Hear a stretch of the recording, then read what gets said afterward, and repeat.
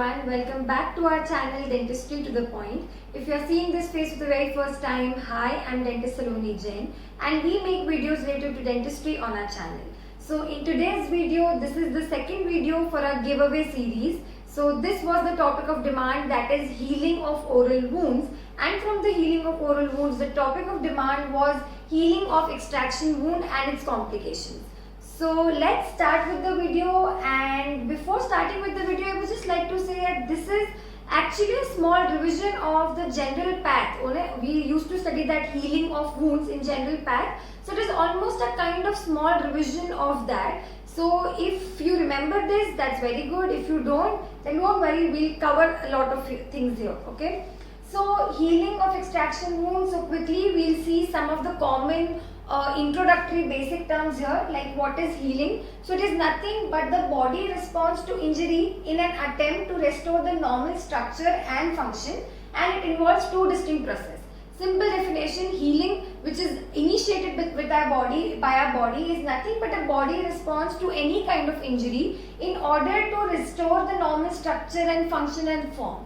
It's of two distinct processes, or it involves two distinct processes. One is regeneration and one is repair. So what is regeneration? It is nothing when the healing takes place by the proliferation of parenchymal cells and usually results in complete restoration of the original tissues. As you know, regeneration, that is to regenerate something, to reproduce something. So when the healing takes place by similar kind of cells, so that the resultant is a complete restoration of the original tissues itself, or the original tissues, similar cells are coming, so that then only the original tissue is being restored. So that is regeneration. But contrary to regeneration, what is repair? When healing takes place by the proliferation of granulation or connective or fibrous tissue elements, resulting in fibrosis and scarring. Definitely the connective tissue, granulation tissue or fibrous tissue are going to take place in the area of wound, right? So there is going to be a separate scar formation or fibrosis there. Also, the healing of extraction wound, we are going to study the sequence of the events which are involved in the healing of an extraction wound. That is, when an extraction has just happened, so at that time what are the sequences happening? So we will cover under these 5 headings, that is immediate reaction following the extraction, first week wound, second week, third week and fourth week. Also we will see consecutively with the complications of healing of extraction wound also. Also one more thing, that there are some injuries there are some healing processes like healing of the skin wounds, in which regeneration and repair occur simultaneously. Okay, these two processes occur simultaneously, and the classic example is healing of the skin wound. Okay. Also one more thing, if you remember, we have studied in our general path, that is two types of healing. Healing by first intention or primary union, or second intention or secondary intention, secondary union.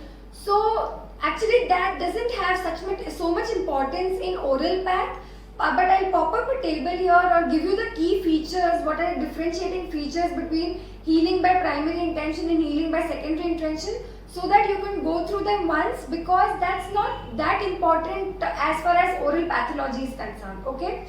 So in detail we will see the sequence of events now one by one. What are the sequence of events involved in healing of extraction wound? So starting with the first process or the first sequence of the healing of extraction wound, that is immediate reaction following extraction. Now see, there is nothing to mug up, okay? See, the events all are going to be in the form of flowcharts, okay? They are going to relate from the previous event. So there is nothing mugging up here. Just listen to it. I again request that just listen to the video carefully, and you will create an image in your mind, and then you will not forget. See, so there is immediate reaction. So we are going to study now what are the steps happening after immediate reaction following extraction. Now by common sense, we know that if there is going to be extraction of the tooth from the socket, so the socket is going to be filled by blood. Definitely. Obviously, the tooth is removed, so the socket is filled by blood. Simple. After removal of the tooth, the blood which fills the socket, now after some time, obviously the blood is going to fill the socket, and after some time the blood is going to coagulate.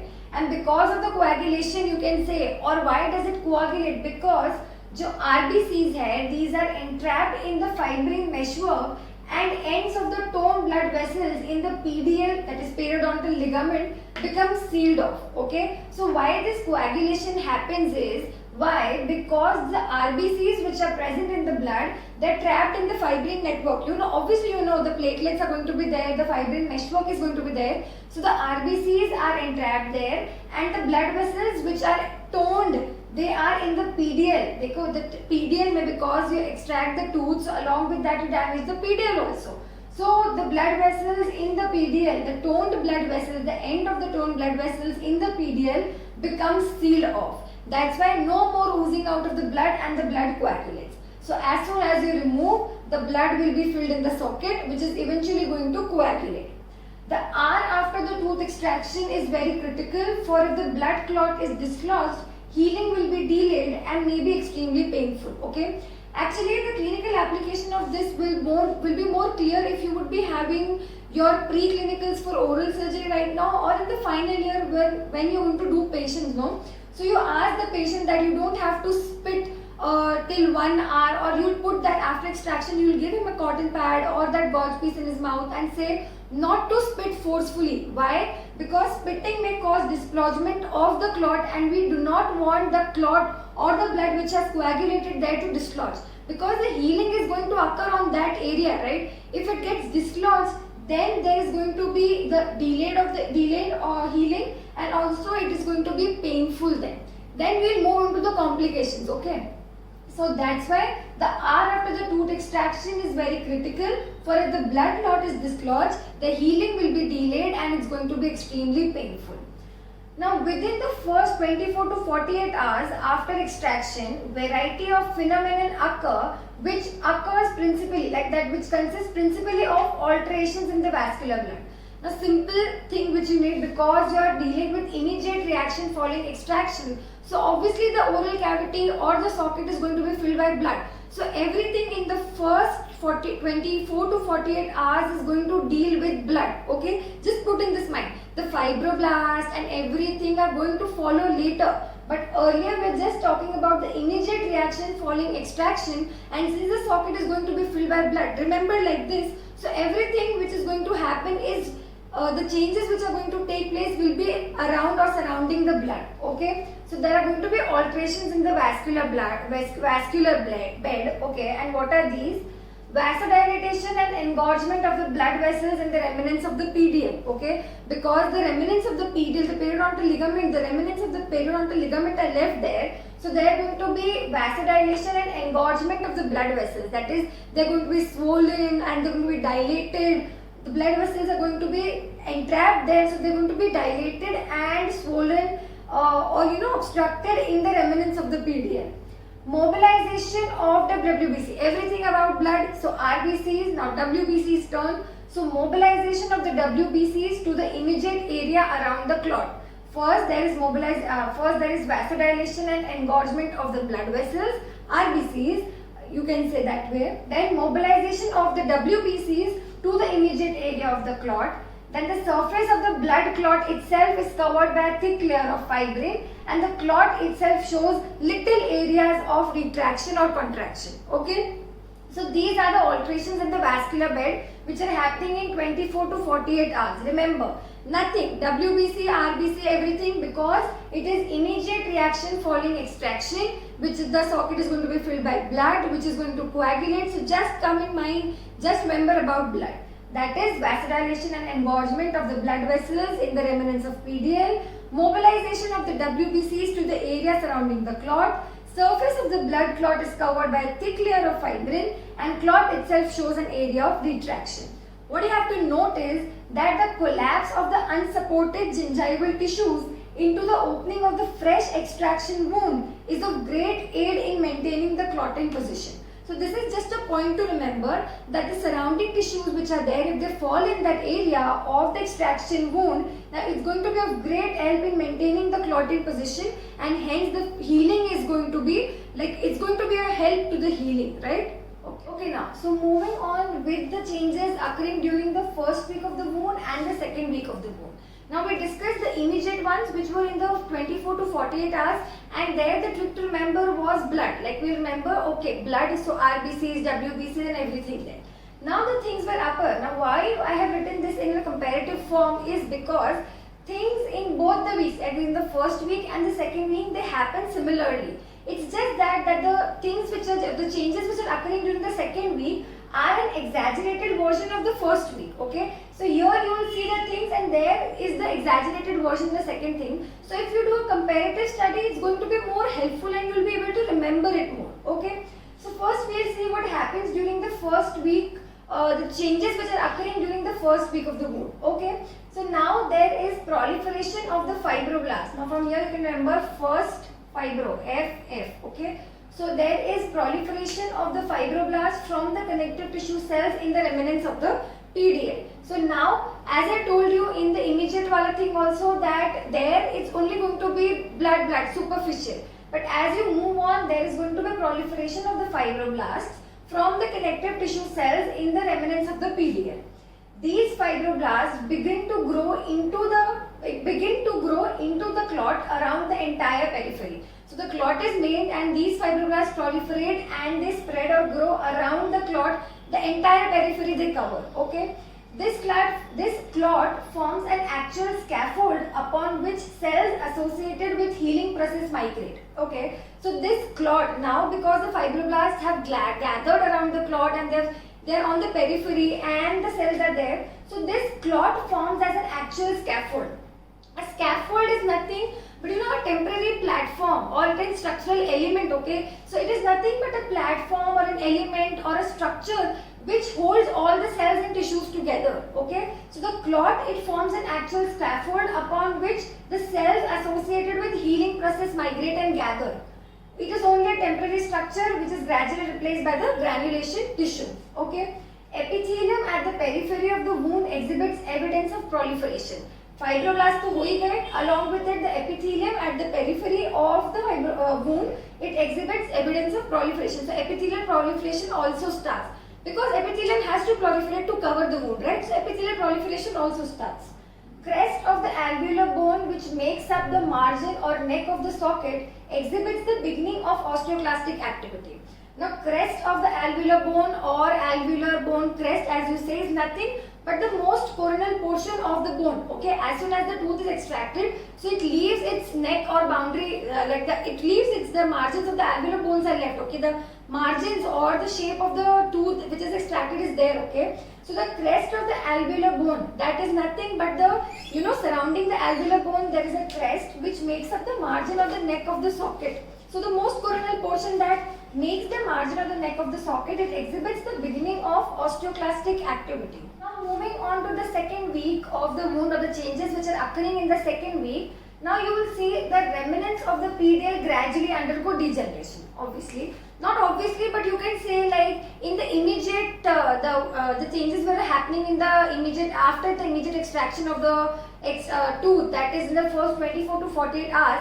There also were the remnants of PDL. Here also the remnants of the PDL are there. Now in the second week, the remnants of the PDL they gradually undergo degeneration. Okay, blood clot becomes organized by fibroblasts growing into the clot on the fibrinous meshwork. Here they are organized by fibroblasts growing into the clot. Here it was just the beginning of the fibroblast covering the entire periphery of the clot, but now they become more organized or they start growing more into the clot. Okay. Also the new delicate capillaries penetrate to the center of the clot. So here there was nothing like this, but now the new delicate capillaries also penetrate. So first thing is that here is the proliferation of fibroblasts from the connective tissue cells in the remnants of the PDL. So relating to that, the degeneration of the PDL starts. Here there is proliferation, beginning of the proliferation of the fibroblasts around the clot. Here the fibroblasts they become organized, growing into the clot. Okay. Also new delicate capillaries penetrate to the center of the clot, added. Also here the epithelium at the periphery of the wound exhibits evidence of proliferation, that is just started. Okay. Here the epithelial proliferation over the surface of the wound is extensive. Okay, it's now reaching to it. It's just started here. The evidence was seen here, but here it is very extensive. Okay, this extensive that it is not usually covered. Like although the wound is not usually covered in the large posterior teeth, but in the smaller sockets, epithelialization may be complete. Okay, so the epithelialization is so extensive, So the epithelial proliferation or epithelialization is so extensive that it may cover, it may be complete in the smaller sockets, but it may be not complete in the large posterior teeth sockets. Okay. Here, the crest of the alveolar bone or the margins, they started the beginning of osteoclastic activity. Here, the margins of the alveolar socket exhibit prominent osteoclastic resorption. Okay. The wall of the bony socket appears slightly frayed. Now, frayed is nothing but worn out or shredded. Actually, if you say the general word of the meaning frayed is, as you've seen a cloth, no? So it has those threads coming out of it. That is the actual meaning of frayed. So here also, since the osteoclastic activity is very extensive, the osteoclasts are being so active in this stage in the second week. So the walls of the socket, they appear to be worn out or they appear to be shredded. Fragments of the necrotic bone which are fractured from the rim of the socket during extraction. When you extract, and if you fracture any of the rim of the socket, so the fragments of the necrotic bone, they undergo resorption of the sequestrum. Sequestrum, as I told you in the osteomyelitis lecture also, it's nothing but it is just, it is the dead bone or the necrotic bone which has been separated from the surrounding normal bone. So it is the sequestrum. So nothing but these fragments of the necrotic bone, they act as sequestrum and there is resorption of these bones. So if you compare, you will understand that nothing but the second week almost is an exaggeration of the first week wound. So if you remember this, automatically you can write the second week wound. Okay. In the third week and the fourth week, since the things are going to continue, the healing phase is now going to continue, right? So everything is interrelated. Okay. So what we read in the immediate after reaction, what happened in first week, second week, third week, fourth week, all are going to be relatable. Just for comparison thing, since my board is small and I cannot write all the 4 weeks together, so we'll do it this way so that you remember the first and the third week, so that you're able to write the features of second week and fourth week. Okay. So now, as you know, because now the stage has come, like epithelialization and all started in second week and first week, right? And they were in their peak at that time. Now you know that the space which has been created after the extraction is going to be soon filled by the bone, right? So what happens is that clot appears almost completely organized by the granulation tissue. Now it is completely organized. In the second week it was in their extensive form. Now it is completely organized by the connective tissue. Okay. Very young tuberculae of the osteoid or uncalcified bone form around the entire periphery of the wound. Now slowly the bone starts depositing, right? So very young tuberculae or the osteoid or the calcified, uncalcified bone, that is the newly thing. Now newly the bone is going to start, so it's not going to be severely calcified as the bone of the adjacent tooth, right? It's going to be start slowly. So young tuberculae or osteoid or uncalcified bone forms around the entire periphery of the wound. This early bone is formed by the osteoblast. How this bone is formed now? Why? This early bone is formed by the osteoblasts, which are derived from the pluripotent cells of the original PDL, which assumes an osteogenic function. Okay. Remnants of the PDL were degenerated. We know by the second week. Okay. Now the PDL, the actual PDL fibers which are there, what they do has that they have that pluripotent stem cells, auto-renewing cells, right? And those assume an osteogenic function, that is bone forming function, and from there they lay the osteoblasts which form the early bone there, right? The original cortical bone of the alveolar socket undergoes remodeling so that it no longer consists of such a dense layer, because everything is being forming, so it also has to undergo remodeling, that is constantly deposition and resorption, so that that dense layer is not formed. Crest of the alveolar bone is rounded off by the osteoclastic resorption, as we know, because osteoclasts are continuously acting, so it's rounded off. And by this time, the surface of the wound may have become completely epithelialized.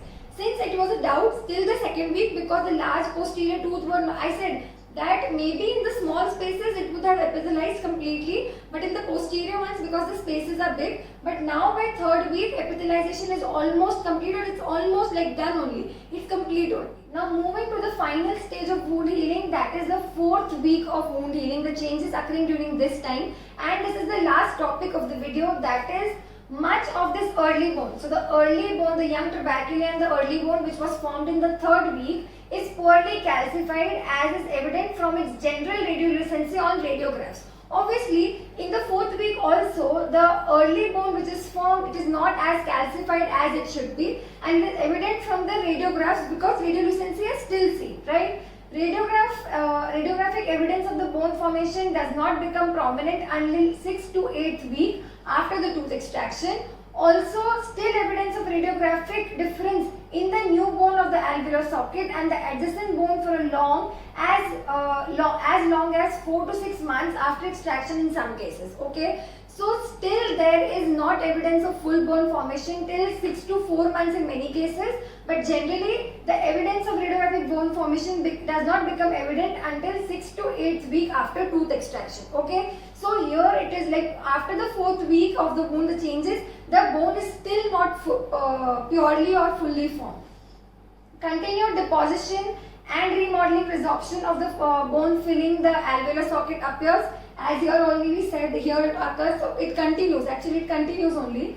Alveolar bone crest undergoes osteoclastic resorption, and because the bone filling the socket does not extend above the alveolar crest, so the crest of the healed socket is below that of the adjacent tooth. Okay, that osteoclastic activity is occurring on the rim, as I have told you, or the neck of the socket, and because the bone filling does not extend above the alveolar crest also, so when it's going to be covered, so the crest of the healed socket is below that of the adjacent tooth. Okay, so this is actually a finding, and it's a consideration, a prosthodontic consideration who's fabricating a denture or a crown or a bridge. So this is a consideration for them. So this is all about the healing of extraction wound, the sequence of events which occur in the immediately after the extraction in the first 24 to 48 hours, first week, second week, third week and fourth week. It's more of a pathology thing, and yes, it's almost a revision of the healing of oral wounds kind of thing which we have studied in a general path in second year.